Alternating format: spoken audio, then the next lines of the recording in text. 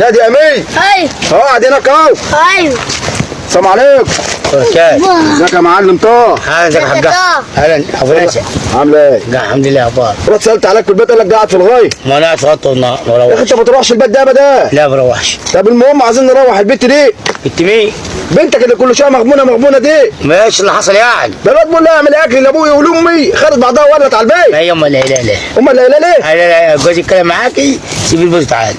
جوزك يتكلم معاك سيب البيت وتعالي. طب هي دي عيشه يا ابني؟ ما انت ماشي يا حاج احمد يعني مالي ما السعر دي ده مالك كيف ما انت راجل البيت يا عم؟ يا عم راجل ايه؟ راجل ايش؟ يا عم ايوه راجل. انت تبيتها هي اللي راجل البيت. لا يا عم ده راجل الباقي الكلمه كلمه ياه. كلمتك انت يعني انت هتروح يعني ايه؟ اما اشور على المره بقى شوف الحكايه دي. هتشور على مين؟ على المره. هتشور على الماره. شور انا ما تروحش. طب مش هتروح في تاريخ. يعني هنعمل ايش يا حاج طه؟ اما اروح اشور على المره. ايه؟ اروح لا روح تسال عليك يا حاج طه في البيت، مرتك فتحت كده وزارها عليه. كانت ناقصه تمسك الشمع وتطيح وراي. ما انا يعني الراجل الكلمه كلمتي يعني بقى. لا ده باين الكلمه كلمتك. والله يا ابني. يلا. كلمتك ده باين قوي ان الكلمه كلمتك يا طه.